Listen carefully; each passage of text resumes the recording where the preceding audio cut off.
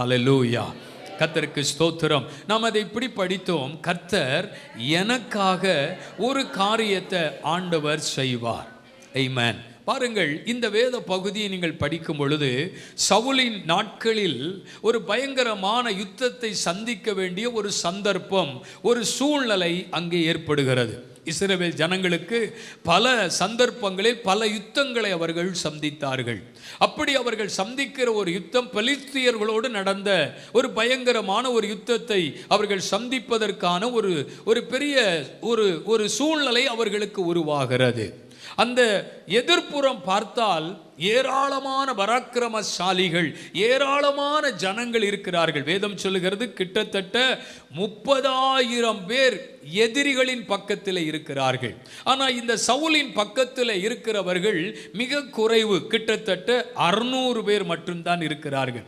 ஒரு பக்கம் 600 பேர், இன்னொரு பக்கத்தில் 30,000 பேர். யோசித்து பாருங்க, இவ்வளவு பெரிய திரள் கூட்டங்கள் தேவனுடைய பிள்ளைகளுக்கு விரோதமாய் யுத்தம் செய்வதற்காக அவர்கள் வருகிறார்கள். இதுல என்ன காரியம்னா, அவங்க கையில ஈட்டி இருக்கு, ஆயுதம் இருக்கு. ஆனா இவங்க கையில ஈட்டியோ ஆயுதமோ, எதிரிகளை தாக்குவதற்கான எந்த ஆயுதமோ இவர்களுடைய கரத்திலே இல்லையா. இவங்க என்ன பண்ணிட்டாங்க தெரியுமா, ஈட்டி அடிக்கிற பாருங்க, கொல்ல கடத்தி கொண்டு போயிட்டாங்க. அப்ப எந்த ஆயுதமும் செய்ய முடியாத ஒரு சூழ்நிலையில இவர்கள் மாட்டி இருக்கிறாங்க. கர்த்தருக்கு ஸ்தோத்திரம். அப்படிப்பட்ட ஒரு இக்கட்டான ஒரு சூழ்நிலையில தான் இந்த சவுலுக்கே தெரியாமல் இந்த யோனத்தானும் அவனோடு கூட ஒருத்தனும் இப்படி பேசிக் கொள்கிறார்கள். எப்படி இந்த யுத்தம் நடக்க போகுதுன்னு தெரியல, நம்ம பக்கத்தில் ஆட்களும் பெருசா இல்ல, எதிரிகள் பெரிய கூட்டமா இருக்கிறார்கள், ஆனா ஏதாவது நமக்கு நடந்தே ஆக வேண்டும் என்று பாருங்கள், இந்த 2 பேரும் சவுலுக்கு தெரியாம கூட இந்த யோனத்தானும் ஆயுததாரியும் சேர்ந்து அப்படியே மெதுவா நம்ம என்ன நடக்குன்னு பார்க்க போலாம் அப்படின்னு போறாங்க. 2 பேரிடத்தில் மட்டும்தான் ஆயுதம் இருக்கிறது. அவ்வளவு பெரிய திரள் கூட்டத்துக்கு எதிராக போகிறதற்கான எந்த சூழ்நிலையும் இவர்களுக்கு இல்லை. கர்த்தருக்கு ஸ்தோத்திரம். மலையின் அந்த பக்கத்தில் எதிரிகள் இருக்கிறார்கள், இந்த பக்கத்தில் இவர்களுடைய கூட்டம் இருக்கிறது. இவங்க என்ன நினைக்கிறாங்க, இவங்க 2 பேரும் சேர்ந்து அப்படியே இந்த மலையில ஏறி அங்க என்ன நடக்குதுன்னு பார்க்கலான்னு சொல்லி அங்க நடக்க போற காரியங்களை பார்க்கறதற்காக, இன்னைக்கு என்ன நடக்கும் அப்படின்னு பார்க்கறதற்காக போறாங்க. கர்த்தருக்கு ஸ்தோத்திரம். யுத்த நாள் வருகிறது. பாருங்க, அதுல 14ஆம் அதிகாரம் நீங்க முதல் வசனத்தில் படிக்கும் பொழுது அதை நீங்க சரியா நீங்கள் புரிந்து கொள்ள முடியும். இப்போ அந்த மலையில ஏறுறாங்க. மலையில 2 பேரும் ஏறி அப்படி என்ன நடக்குதுன்னு பார்க்கிற நேரத்தில் இப்படி 2 பேரும் பேசிக் கொள்கிறார்கள். என்ன பேசிக் கொள்கிறார்கள்?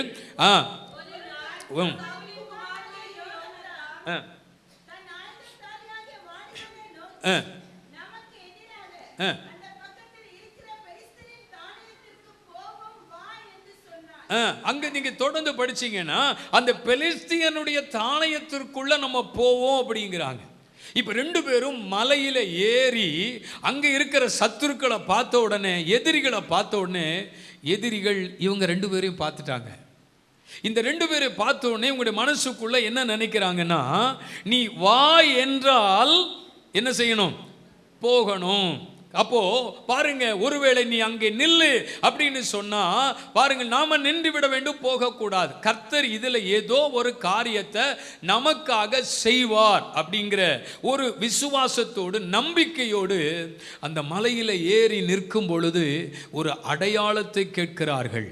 அந்த அடையாளத்தின்படி கர்த்தர் நமக்காக ஒரு காரியத்தை செய்வார் என்று அந்த களத்திற்குள்ள இறங்குகிறார்கள். அப்பொழுதுதான் அந்த யோனத்தான் சொல்லுகிறான், பயப்பட வேண்டாம், நமக்கு யுத்த வீரர்கள் இல்லாமல் இருக்கலாம், எதிரிகள் பயங்கரமானவர்களா இருக்கலாம், அந்த காரியத்தை சந்திப்பதற்குரிய சூழ்நிலை நமக்கு இல்லாமல் இருக்கலாம், ஆனா ஒரே ஒரு நம்பிக்கை இருக்கிறது, இதுல கர்த்தர் நமக்காக ஒரு காரியம் செய்வார்.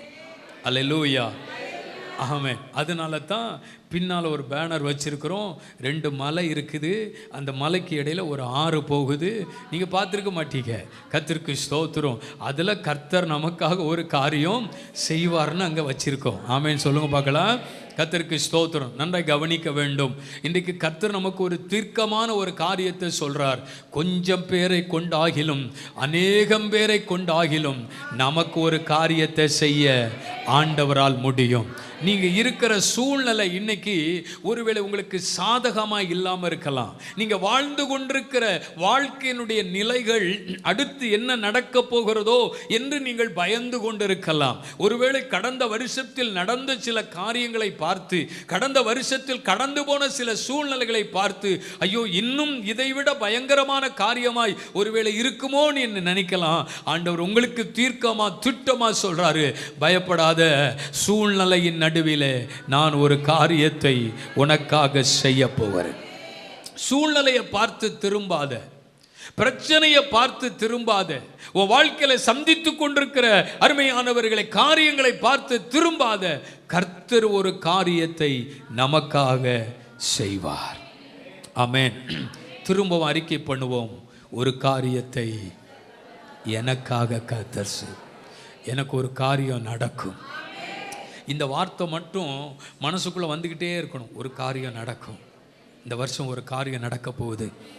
ஹல்லேலூயா. இந்த வருஷம் ஏதோ ஒரு காரியம் நடக்க போகுது. என் பிள்ளைக்கு ஒரு காரியம் நடக்க போகுது. என் குடும்பத்துக்கு ஒரு காரியம் நடக்க போகுது. என் வேலை ஸ்தலத்தில் ஒரு காரியம் நடக்க போகுது. ஆமென். நடக்காதுன்னு நினைத்த காரியத்தை கர்த்தர் செய்ய போறாரு. இதெல்லாம் நடக்குமா எனக்கு, இதெல்லாம் இந்த காரியம்லாம் எனக்கு அனுகூலமா இருக்குமா அப்படின்னு நினைச்ச காரியத்தெல்லாம் கர்த்தர் செய்து முடிக்க போறாராம். சூழ்நிலையை பார்க்கிலும் பெரிய பெரிய காரியத்தை கர்த்தர் செய்ய விரும்புகிறார். அல்லேலூயா. ஒரு காரியத்தை செய்வார். என்ன காரியத்தை செய்வார்? வழக்கமாக தியானிக்கிறபடி 3 காரியத்தை நான் உங்களோடு தொடர்ந்து பேசுகிறேன். ஏசாயா தீர்க்கதரிசன புஸ்தகம் 43ஆம் அதிகாரம். ஏசாயா 43ஆம் அதிகாரம், அதன் 18ஆம் வசனம் 19ஆம் வசனம் எல்லாருக்கும் தெரிந்த வேத பகுதி தான். முந்தினவைகளை நினைக்க வேண்டாம், பூர்வமானவைகளை சிந்திக்கவும் வேண்டாம், இதோ நான் புதிய காரியத்தை செய்கிறேன். கர்த்தர் சொல்றாரு, ஒரு காரியம் செய்வாராம். என்ன காரியமா? சத்தமா சொல்லுங்களேன். புதிய காரியத்தை செய்ய போகிறேன், நீங்கள் அதை அறியீர்களா? நான் வனாந்திரத்தில் அவாந்திர வெளியில் ஆறுகளையும் உண்டாக்குகிற கர்த்தர். பிரியமானவர்களே, கர்த்தர் சபையை பார்த்து, தேவ ஜனத்தை பார்த்து தீர்க்கமாய் ஒரு காரியம் சொல்கிறார். உனக்கு ஒரு காரியத்தை நான் செய்வேன். அது என்னதுன்னா புதிய காரியமாய் இருக்க போகிறது. அதனால முந்தினவைகளை நினைக்க வேண்டாம், பூர்வமானவைகள் என்ன செய்ய வேண்டாம், சிந்திக்க வேண்டாம். இப்படி நடந்துட்டு, ஐயோ என் வாழ்க்கையில் இப்படி நடந்துட்டு, என் பிள்ளைக்கு இப்படி நடந்துட்டு, என் குடும்பத்துக்கு இப்படி நடந்துட்டேன்னு யோசிக்காத. நான் ஒரு புதிய காரியத்தை செய்ய போகிறேன். அல்லேலூயா. ஒருவேளை கடந்தவைகள் உங்களை சந்தோஷப்படுத்துகிறவைகளாய் இல்லாமல் இருந்திருக்கலாம். கடந்த வருஷம் துன்பத்தையே சந்தித்தவைகளாக இருந்திருக்கலாம். இன்னும் சொல்ல போனா அழுது அழுது அழுது கண்ணீரின் பள்ளத்தாக்கையே நீங்கள் கடந்து வந்ததை போல இருந்திருக்கலாம். ஆண்டவர் சொல்றார், இனி அது உனக்கு இருக்காது. அந்த கண்ணீரின் பள்ளத்தாக்கு இல்லை, அந்த வேதனையின் பள்ளத்தாக்கு இல்லை, அந்த நிபச்சொல்லுகள் இனி இல்லை. ஆமென். அந்த தலை குனிவு இல்லை. இதோ நான் புதிய காரியத்தை செய்ய போகிறேன். அப்போ புதிய காரியம்னா என்ன? இதுவரைக்கும் நடந்துராத காரியம், இதுவரைக்கும் பார்த்திராத காரியம், இதுவரைக்கும் நீங்கள் அனுபவித்திராத காரியம். அதுக்கு தான் புதிய காரியம்னு பேரு. ஆமென். யோசுவாவின் புஸ்தகம் 3ஆம் அதிகாரம் 4ஆம் வசனத்தை படித்தால் பாருங்கள், ஆண்டவர் ஒரு நாள் யோசுவாவின் மூலமா ஜனங்களுக்கு சொல்லப்படுற ஒரு காரியம் என்ன படிக்க பார்க்கலாம். 3:4 இதற்கு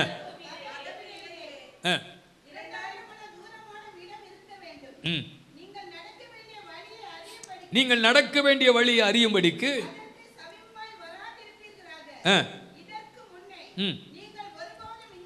இதற்கு முன்னே நீங்கள் ஒருபோதும் இந்த வழியாய் நடந்து போகவில்லை. இப்ப கர்த்தர் சொல்றாரு, இதற்கு முன்னே இந்த வழியா நீங்க நடக்கல, இப்போ ஒரு புதிய வழியில நான் உங்களை நடத்த போறேன். அல்லேலூயா. இந்த 25வது ஆண்டுல நீங்கள் நடக்காத புதிய வழியை கர்த்தர் இந்த 26வது ஆண்டில உங்களுக்கு தேவன் வைத்திருக்கிறாராம். ஹல்லேலூயா. எதுவுமே நடந்தது மாதிரி இருக்காதுங்க, நடந்ததே நடக்காது என்ன. ஆமென் சொல்லுங்களேன். நீங்க பார்த்ததை என்ன பார்க்க மாட்டீங்க.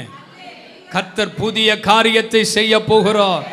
இதற்கு முன்னே நீங்கள் இந்த வழியாய் நடக்கவில்லை. நான் உங்களை ஒரு புதிதான ஒரு வழிக்குள்ள நான் உங்களை கொண்டு போக போகிறேன். உங்களை பரிசுத்தம் பண்ணிக்கொள்ளுங்கள், உங்கள் நடுவிலே அற்புதம் நடக்கும்.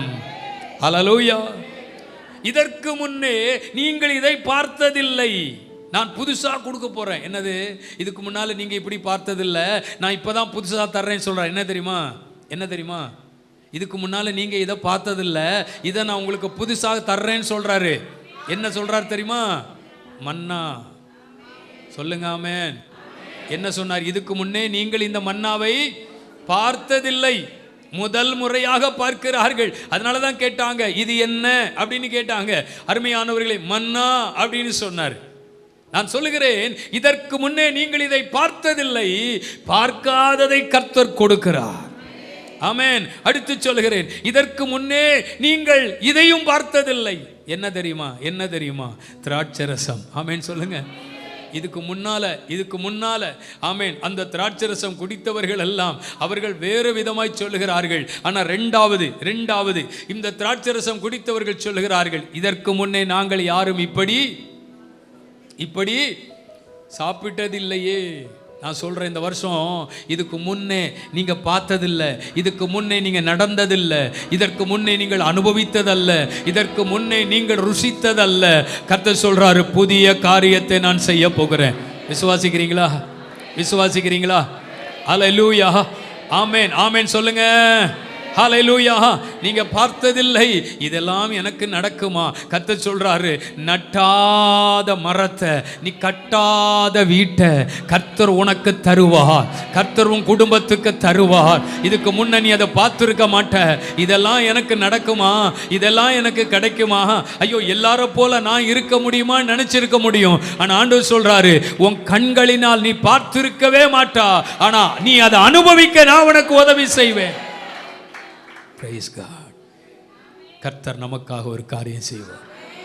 இந்த வருஷம் நிறைய பேர் சொந்த வீடு கட்டுவீங்க, இல்லை வாங்குவீங்க.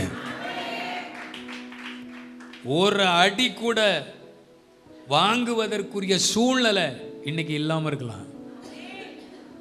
ஹல்லேலூயா. ஆமா, கர்த்தருக்கு ஸ்தோத்திரம். ஒருவேளை இன்றைக்கு இருக்கிற சூழ்நிலைகள், இன்றைக்கு வாழ்ந்து கொண்டிருக்கிற நிலைகள், இப்படியே வாழ்ந்து முடித்து விடுவோம் என்று நினைக்கலாம். ஆனால் ஆண்டவர் சொல்றாரு, ஒரு புதிய காரியம் நீங்க வாழ்க்கையில் அனுபவிக்கத்தான் போறீங்க. எதெல்லாம் கர்த்தர் செய்கிறார் அதெல்லாம் புதுசாக தான் இருக்க போகுது. கர்த்தர் எதை கொடுத்தாலும் புதுசாக தான் கொடுப்பாரு. ஆமென் சொல்லுங்க. இதோ நான் புதிய காரியத்தை செய்கிறேன். அன்றைக்கு இஸ்ரவேலர்கள் அந்த யோர்தானுக்கு அருகாமையில் நின்று கொண்டு, இது எப்படி நடக்க போகிறோன்னு தெரியல, எப்படி இதை கடக்க போகிறோன்னு தெரியல, எப்படி இதை தாண்ட போறோன்னு தெரியல, எப்படி இந்த தேசத்தின் ஆசீர்வாதத்தை சுதந்திரிக்க போறோன்னு தெரியல. ஏற்கனவே கர்த்தர் வாக்கு பண்ணிட்டாரு, அதை நம்ம பெற்றுக்கொள்றதுக்கு வாய்ப்பே இல்லைன்னு நினைக்கும் பொழுது ஆண்டு சொல்றாரு, இல்லப்பா, இதுவரையிலும் நடந்துராத வழி உனக்காக ஆயத்தமா இருக்கு. எங்க இல்லைன்னு சொல்றியோ, எந்த இடத்துல வழி இல்லைன்னு நினைக்கிறியோ, எதை கடக்க முடியாது நினைக்கிறியோ, அதுல தான் உனக்கு வழியே இருக்குது, அதுல தான் உனக்கு ஆசீர்வாதமே இருக்கு. அதைத்தான் நீ கடந்து போகக்கூடிய கிருபையை நான் உனக்கு தருவேன். புதிய காரியத்தை செய்வார். நம்பர் 2, இரண்டாவது சங்கீதம் 126வது சங்கீதம் எடுத்துக்கொள்ளுங்கள். 126வது சங்கீதம் அதன் 3ஆம் வசனத்தை படியுங்கள். கர்த்தர் நமக்கு பெரிய காரியங்களை செய்தபடியால் இது நிமித்தம் நாங்கள் மகிழ்ந்திருக்கிறோம். நமக்கு ஒரு காரியம் செய்வார். அது என்ன காரியமா? என்ன காரியமா? பெரிய காரியம். அப்படி சொல்லணும், இழுத்து சொல்லணும். அல்லேலூயா. கர்த்தர் நமக்கு பெரிய காரியங்களை செய்தார், இது நிமித்தம் நாங்கள் மகிழ்ந்திருக்கிறோம். நம் ஆண்டவர் அவருடைய பிள்ளைகளுக்கு செய்கிறது எல்லாமே பெருசாக தான் கொடுப்பாருங்க. நம்ம ஆண்டவருக்கு எப்போ கேட்கறது தான் சின்னதாக கேட்டுக்கிட்டு இருக்கிறோம், சின்னதாக கேட்குறோம். கர்த்தருக்கு ஸ்தோத்திரம். ஆனால் ஆண்டவர் கொடுக்கிறது எல்லாமே பெரிதாகவே நமக்கு தருகிறவர். அதனால தான் அத்திமரத்தின் கீழே இருந்த நாத்தான் வேலை பார்த்து சொன்னார், இதிலும் பெரிதானவைகளை காண்பாய். அவன் கேட்குறான், நானா பார்ப்பேன்? எனக்கு அந்த வாக்குத்தத்தம் எங்கூடவா கர்த்தர் பேசுறாரு? என்ன ஆண்டவருக்கு எப்படி தெரியும்? என்ன அவருக்கு தெரியுமா? எனக்கு இந்த வார்த்தையை சொல்றாரு, எனக்கு இந்த தீர்க்க தரிசனத்தை சொல்றாரு, இது நடக்குமா? அவன் கேட்கிற கேள்விக்கு பதில் வருகிறது, உன்னை அத்திமரத்தின் கீழேயே நான் உன்னை கண்டு கொண்டேன். நீ அத்திமரத்துக்கு கீழே இருக்கும் பொழுது உன்னை நான் பார்த்துட்டப்பா, கபடற்ற உத்தம இஸ்ரவேலே, உன்னை எனக்கு தெரியும், உன்னை நான் பார்த்துட்டேன். ஒன்று மட்டும் உனக்கு சொல்றேன், இப்ப இருக்கிறத விட பெரிய காரியத்தை நான் உனக்கு செய்ய போறேன். ஹல்லேலூயா. நம்ம ஆண்டவர் எப்பொழுதுமே பெரிய காரியங்களை செய்கிறவர். ஏன் தெரியுமா? அவர் உலகத்தில் இருக்கிறவனிலும் பெரியவர், சாலமோனிலும் பெரியவர், அபிரகாமிலும் பெரியவர். எந்த மனுஷன் உலகத்தில் பெரியவர்கள் என்று எண்ணப்பட்டாலும் அவர்களை பார்க்கிலும் அவர் பெரியவர். பெரியவர் சொன்ன அவரைத்தான் சொல்லணும். நான் சொல்லுகிறேன், பெரிய காரியங்களை செய்வார். 2 ராஜாக்கள் 3ஆம் அதிகாரத்தை திருப்பிக் கொள்ளும் பொழுது, மோவாப் ராஜா யுத்தம் செய்ய வந்த பொழுது யோசபாத், தேவனுடைய பிள்ளைகள் பயந்து என்ன செய்வதென்று தெரியாதிருந்த சூழ்நிலைகளிலே அவர்களோடு யுத்தம் செய்வதற்கான சந்தர்ப்பங்களும் அவர்களுக்கு ஏற்பட்டு விட்டது. குதிரைகளோடும் மிருக ஜீவன்களோடும் அவர்கள் கடந்து போகிறார்கள். கிட்டத்தட்ட 7 நாட்கள் சுற்றி திரிந்தார்கள். அவர்களுக்கும் அவர்களோடு இருந்த மிருக ஜீவன்களுக்கும் குடிப்பதற்கு தண்ணீர் கிடைக்கவில்லை. வறண்டு போன ஒரு சூழ்நிலை அவர்களுக்கு. ஒரு பக்கம் யுத்தத்தின் செய்திகள், யுத்தத்தின் காரியங்கள், இன்னொரு பக்கம் களைத்து போன சூழ்நிலைகள். தண்ணீர் கிடைக்காமல் அழுத்து போகிறார்கள். அப்பொழுதுதான் சொல்லுகிறார்கள், இந்த பகுதியில் ஏதாவது தீர்க்கதரிசி இருக்கிறார்களா? தீர்க்கதரிசியின் இடத்தில் போய் கேட்டால் அவர்கள் நமக்கு ஏதாவது பதில் சொல்வார்களே என்று விசாரித்த பொழுது சொல்லுகிறார்கள், தேவனுடைய மனுஷன் எலிசா தீர்க்கதரிசி இங்கே இருக்கிறான், அவனிடத்தில் கர்த்தருடைய வார்த்தை இருக்கிறது. அந்த தேவ மனுஷனிடத்தில் போய் கேட்டால் இதற்கு ஒரு பதிலை அவர் சொல்லுவார் என்று அந்த தேவ மனுஷனிடத்தில் போன பொழுது அந்த தேவ மனுஷன் ஒரு நல்ல பதிலை கொடுக்கிறார். ஒரு நல்ல பதிலை கொடுக்கிறார். அவர் சொன்னாராம், கிண்ணறத்தை எடுத்துகிட்டு வர சொல்லு அப்படின்ட்டு இருக்காரு. கிண்ணறத்தை வாசிக்க ஆரம்பித்த உடனே பரிசுத்த ஆகிய பிரசன்னம் இறங்க ஆரம்பித்தது. இப்போ ஒரு வார்த்தை சொல்கிறாரு, ஸ்தோத்திரம், வாய்க்காலை வெட்டுங்கள். ஆமென். நீங்கள் காற்றையும் காண மாட்டீர்கள், மழையும் பார்க்க மாட்டீர்கள், ஆனால் வாய்க்காலில் தண்ணி வரும். இதுதான் பெரிய காரியம். நீங்க காற்றையும் பார்க்க மாட்டீர்கள், மழையும் பார்க்க மாட்டீர்கள், ஆனா இப்போ உங்களுக்கு ஒரு இக்கட்டான சூழ்நிலை. இன்னைக்கு ராத்திரி உங்களுக்கு ஒரு அற்புதம் நடந்திருக்கணும். நீங்க எல்லாம் ஒரு இக்கட்டான சூழ்நிலைக்குள்ள வந்து நிற்கிறீங்க. ஆனா ஒன்று மட்டும் செய்யுங்கள், நீங்கள் வாய்க்கால்களை வெட்டுங்கள். காற்றும் இருக்காது, மழையும் இருக்காது, பார் அந்த வாய்க்கால்களை தண்ணீர் நிரப்புகிறதா இல்லையா என்பதை பார். என் ஆண்டவர் சூழ்நிலைக்கு அப்பாற்பட்ட காரியத்தை தேவன் செய்ய வல்லமை உள்ளவராக இருக்கிறார். இந்த நாளிலே பரிசுத்த ஆவியானவர் நம்மோட பேசுகிறார். கர்த்தர் உனக்கு ஒரு காரியம் செய்வாரா? அது என்ன தெரியுமா? பெரிய காரியம். சொல்லுங்க, பெரிய காரியம். சத்தமா சொல்லுங்க, பெரிய காரியம். ஹல்லேலூயா. சத்தமா சொல்லுங்க, அல்லேலூயா. காற்றும் இல்ல, மழையும் இல்ல, ஆனாலும் வாய்க்கால நிரப்பி நீரே.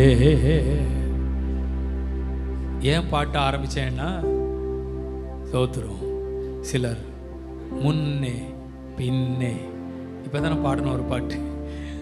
அப்படி போற மாதிரி இருக்கு. இருந்தாலும் கர்த்தர் பெரிய காரியங்களை செய்வார். எல்லாம் சேர்ந்து ஒரு சரணம் பாடுவோமா?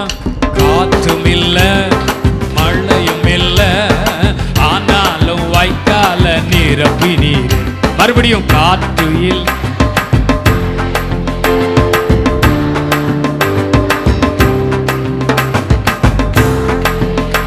நீ சொன்னதெல்லாம் கரங்களினால் இன்று நிறைவேற்றி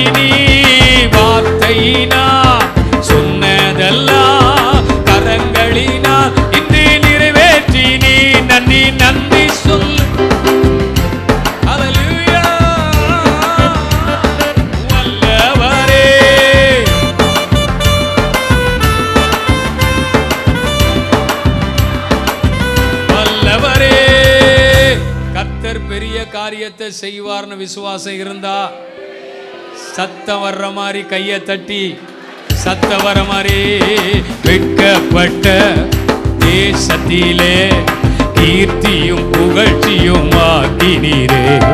வெட்கப்பட்ட தேசத்திலே கீர்த்தியும் புகழ்ச்சியும் ஆக்கினீரே. வார்த்தையினா சொன்னதெல்லாம் கரங்களினா இன்று நிறைவேற்றினீ.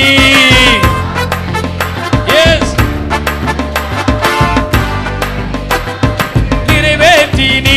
நன்றி நன்றி சொல்வோ உள்ளவரே, வல்லவரே.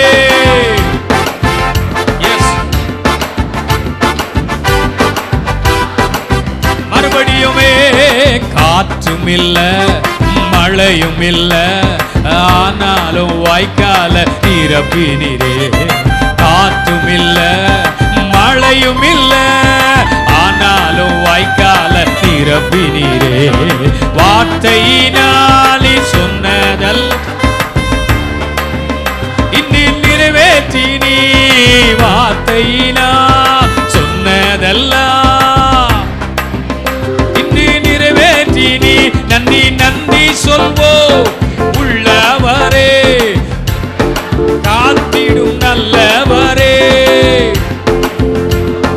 உள்ளவரே, வல்லவரே. கர்த்தர் நமக்காக ஒரு காரியம் செய்வார். என்ன காரியம் செய்வாராம்? புதிய காரியத்தை செய்வாராம். என்ன காரியத்தை செய்வாராம்?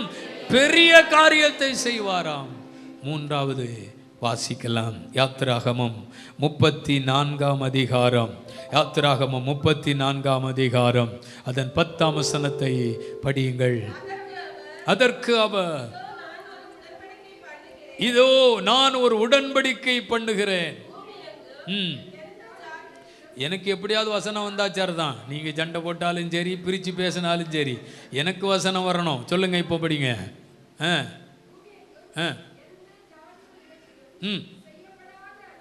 எந்த ஜாதியினிடத்திலும் செய்யப்படாத அதிசயங்களை உன் ஜனங்கள் எல்லாருக்கும் முன்பாக நான் செய்வேன். உன்னோடு கூட இருந்து நான் செய்யும் காரியம், ஹல்லேலூயா, உன்னோடு கூட இருந்து நான் செய்யும் காரியம். கர்த்தர் சொல்றாரு, கர்த்தர் சொல்றாரு. மூணாவது என்ன செய்ய போறாராம் தெரியுமா?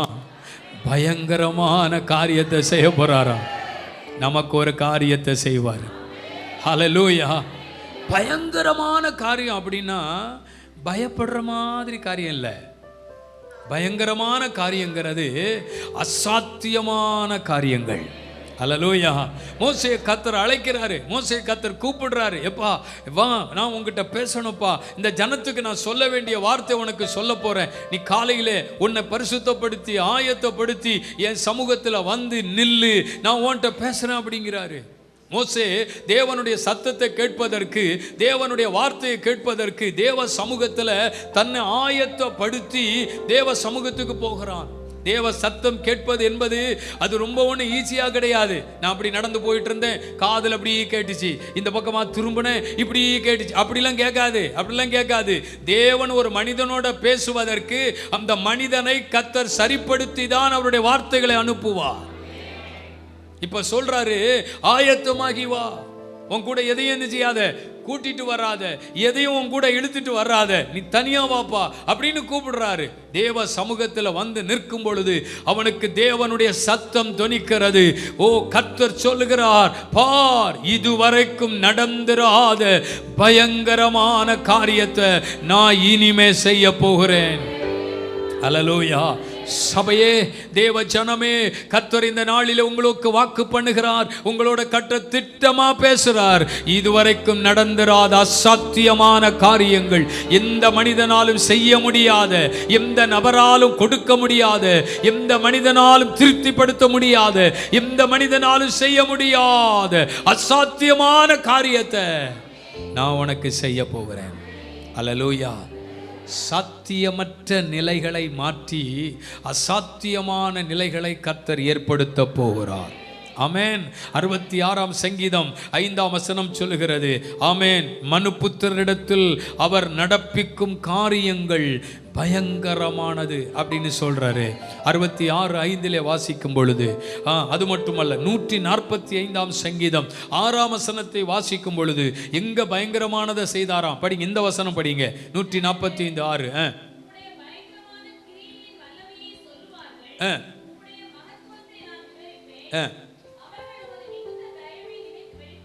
ஆ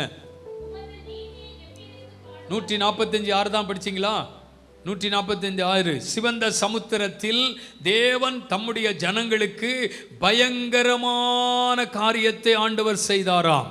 நல்ல கவனிங்க, ஆண்டவர் செய்த காரியம் பயங்கரமா இருந்துச்சு. ஏன்னா இப்போ இதுவரைக்கும் அவங்க இப்படிப்பட்ட ஒரு காரியத்தை பார்த்ததே இல்லை. இப்படி ஒரு சம்பவம் அவங்களுக்கு நடந்ததே இல்லை. அசாத்தியமான ஒரு காரியம் கண்ணால பார்க்கறாங்க. சமுத்திரம் 2ஆக பிளந்து நிற்குது. ஹல்லேலூயா. சமுத்திரம் 2ஆக பிளந்து நிற்கிறது. யோசித்து பாருங்கள் அருமையான தேவனுடைய பிள்ளைகளே, அந்த சமுத்திரத்தின் நடுவிலே தேவன் அவர்களை நடக்க பண்ணினார். தரையில நடக்கிற மாதிரி நடக்க பண்ணினார். அடுத்து தேவன் செய்த ஒரு காரியம், தங்களை துரத்தி கொண்டு வந்த, தங்களை விரட்டி கொண்டிருந்த பார்வோனின் அவனுடைய சேனைகளையும் அந்த நடு சமுத்திரத்திலேயே தேவன் அவர்களை அமிழ்த்து போட்டார். ஹல்லேலூயா. 430 வருஷம் கஷ்டப்படுத்தினவன் ஒரே நாளில கர்த்தர் சமுத்திரத்துக்கள் அத்தனை பேரையும் அவர்களையும் அவருடைய சேனைகளையும் கர்த்தர் மூழ்க பண்ணினாராம். நான் சொல்லுகிறேன், இன்றைக்கு ஆண்டவர் உங்களோடு திட்டமாய் தீர்க்கமாய் பேசுகிற வார்த்தை, நான் என் ஜனத்தோடு கூட இருந்து செய்கிற காரியம் நீங்க இதை வாழ்க்கையில் பார்க்க போறீங்க, உங்க குடும்பத்தில் பார்க்க போறீங்க. சாதாரணமான காரியத்தை ஆண்டவர் செய்ய மாட்டாராம். அசாத்தியமான காரியத்தை கர்த்தர் செய்ய போறாராம். அசாத்தியமான காரியங்கள் நடக்க போகிறதாம். உங்களுக்கு கடினமாய் இருக்கிறவைகள் அவருக்கு லகுவாய் இருக்க போகிறது. உங்களுக்கு முடியாது என்று தூக்கி எறியப்படுகிற காரியங்கள் அவருக்கு மிகவும் லகுவாய் இருக்கிறது. ஏனென்றால் அவர் சொல்ல ஆகும், அவர் கட்டளையிட நிற்கும். சத்துருக்கள் அழிந்து போவதை காண்பீர்கள். சத்துருக்கள் சிதறி போவதை காண்பீர்கள். விரல் மீட்டி குற்றப்படுத்தினவர்கள் தலைகுனிந்து போகிறதை காண்பீர்கள். உங்களை துரத்தி கொண்டிருந்த இன்று கண்ட எகிப்தியனை இனி என்றைக்குமே நீ பார்க்க மாட்டாய். ஹல்லேலூயா. ஒருவேளை அந்த வார்த்தை சொல்லும்போது அவங்களுக்கு அதனுடைய அர்த்தம் தெரிஞ்சிருக்காது. என்னடா புதுசா ஒன்ன சொல்றாரு, இன்னைக்கு பார்க்குற எகிப்தியனை என்னைக்குமே பார்க்க முடியாது, அதான் திரும்பினா அவன் வரானே, அதான் திரும்பி பார்த்தா அவன் பின்னால வந்துகிட்டு இருக்கிறானே. ஆனா இப்போ அந்த கடலை கடந்ததுக்கு பின்னால ஆமேன் தம்பூர் எடுத்து ஆமேன் அதை அடித்து நடனமாடி பாடும்போது சொல்லியிருக்காங்க. அவங்க சொன்னாங்க, ஐயோ நாங்க வேற மாதிரி நினைச்சோம், ஆனா கர்த்தருடைய வார்த்தை பயங்கரமானது. ஆமேன், இனி அந்த எகிப்தியனை நாங்கள் பார்க்கவே மாட்டோம் என்று கர்த்தர் அன்னைக்கு சொன்னதை ஆண்டவர் எங்களுக்கு நிறைவேற்றி முடித்து விட்டாரே, ஆண்டவர் செய்து நிறைவேற்றி விட்டாரே என்று பாடி தேவனை துதித்தார்கள். என்ன காரியம் நடக்கும்? அசாத்தியமான பயங்கரமான காரியம். ஹல்லேலூயா. நீங்க போராட வேண்டியதே இருக்காதுங்க. இனிமே நீங்க போராட வேண்டியதே இருக்காது. கர்த்தரே கிரியை செய்ய ஆரம்பிச்சிருவார். கர்த்தரே வழக்காட ஆரம்பிச்சிருவார். அவர் நீதி உள்ளவர். ஆமேன் ஆமேன். அவர் நீதி உள்ளவர். உங்க வழக்கில் அவர் நீதி உள்ளவராய் வெளிப்படுவார். உங்கள் பட்சத்தில் தேவன் இருக்கிறவராய் இருப்பார். உங்கள் அருகாமையில் தேவன் நிற்கிறதை சத்துருக்கள் காண்பார்கள். உன் கரத்தை பிடித்து அவர் நடத்துகிறதை அவர்கள் காண்பார்கள். உனக்கு நிழலாய் இருக்கிறதை அவர்கள் காண்பார்கள். உனக்கு முன்னே போகிறதை அவர்கள் காண்பார்கள். உன்னை நாளுக்கு நாள் உயர்த்துகிறதை அவர்கள் காண்பார்கள். யோனத்தான் ஒரு காரியம் சொல்றான். பட்டயமும் இல்லை, ஈட்டியும் இல்லை, ஆளும் இல்லை, ஒன்றும் இல்லை. ஏத்தாப்புல வந்திருக்கிற கூட்டத்தை பார்த்தா பயங்கரமான கூட்டமாக இருக்கு. நம்மளை எல்லாம் எப்படி என்ன செய்வான்னு நமக்கு தெரியலங்கிற ஒரு சூழ்நிலையில் நடுவிலும் சொல்லுகிறார், நாம் போவோம், கர்த்தர் நமக்காக ஒரு காரியம். அந்த யுத்தத்தில் எவ்வளோ பெரிய ஜெயம் தெரியுமா? உள்ள இறங்க ஆரம்பிச்சாங்க, சத்துருக்களை விரட்ட ஆரம்பிச்சாங்க. அதுக்கப்புறம் மீதியை கர்த்தர் பார்த்துக்கிட்டாரு. அதுக்கப்புறம் ஆண்டவர் வேலையை செய்ய ஆரம்பிச்சாரு. நீ உயிரோடு இருக்கும் நாளளவும் ஒருவனும் இனி உனக்கு விரோதமாய் எதிர்த்து நிற்பது இல்லை. ஹல்லேலூயா. உனக்கு விரோதமாய் எழுப்பப்படுகிற ஆயுதங்கள் அது வாய்க்காது, அது வாய்க்காது, அது வாய்க்காது. அது உன்னை சேதப்படுத்தாது, அது உன் குடும்பத்தை அழிக்காது, உன் பிள்ளைகளுக்கு தீமை செய்ய முடியாது, அது ஒருபோதும் உனக்கு விரோதமாய் எதிர்த்து நிற்க முடியாது. ஏன்னா கர்த்தர் அவர்கள் நடுவிலே அசாத்தியமான காரியத்தை கர்த்தர் உங்களுக்கு செய்ய போகிறார்.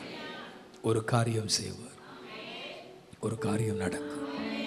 என்ன காரியம் நடக்கும்? புதிய காரியம் நடக்கும். என்ன காரியம் நடக்கும்? பெரிய காரியம் நடக்கும். என்ன காரியம் நடக்கும்? பயங்கரமான காரியம் நடக்கும். வாழ்க்கையில இதை மறப்பீங்க? இந்த 3 பாயிண்ட மறப்பீங்க? என்ன? அல்லேலூயா, ஆமென். உள்ள ஓடிக்கிட்டே இருக்கணும். எங்க ஓடிக்கிட்டு இருக்கணும்? சர்ச்சுக்குள்ள ஓடிக்கிட்டு இருக்கணும்னு நினைச்சிடக்கூடாது. தோத்துரும். மனசுக்குள்ளே ஓடிக்கிட்டே இருக்கணும். புதிய காரியம் நடக்கும், புதிய காரியம் நடக்கும். அல்லேலூயா. இந்த 3 பாயிண்டையும் ஒரு 1000 நேரம் பேப்பரில் எழுதிருங்க, டைரியில் எழுதிருங்க. ஆமாம். எழுதி முடிச்சுட்டு சொல்லுங்கள், சாட்சி எழுதி கொடுங்க. சிலர் இப்போவுமே என்ன டைரியெல்லாம் தரப்ப ஆரம்பிச்சாச்சு, பரட்ட ஆரம்பிச்சாச்சு, எழுத ஆரம்பிச்சாச்சு. தோத்துரும். எனக்கு என்னமோ இன்னைக்கு ராத்திரிக்குள்ளே எழுதி பிடிச்சிருவாங்க போல தெரியும். அல்லேலூயா. எழுதுங்க, எழுதுங்க, எழுதுங்க. 1000 நேரம் எழுதுங்க. புதிய காரியம் நடக்கும், பெரிய காரியம் நடக்கும், பயங்கரமான காரியம் நடக்கும். நடக்குமா? நமக்காக கர்த்தர் ஒரு காரியம் செய்யும். நாகர்கோவில் லீபனோன் அசெம்பிளியில் ஆராதிப்போம் வாருங்கள். இடம் ஜசந்த் மஹால், புன்னை நகர், நாகர்கோவில். நேரம் ஞாயிறு காலை 7 மணி முதல் 8:30 மணி வரை முதல் ஆராதனையும், 9 மணி முதல் 10:30 மணி வரை 2வது ஆராதனை நடைபெறுகிறது. அபிஷேக ஆராதனை, தீர்க்க தரிசன செய்தி பாஸ்டர் TD ஜான் கிறிஸ்டோபர் அவர்கள் செய்தி அளித்து உங்களுக்காக ஜெபிக்கிறார்கள். தேவ பிரசன்னத்தை அனுபவித்து தெய்வீக விடுதலையையும் ஆசீர்வாதத்தையும் பெற்று செல்ல குடும்பமாய் கலந்து கொள்ள அன்புடன் அழைக்கிறோம். தொடர்புக்கு 9944091327.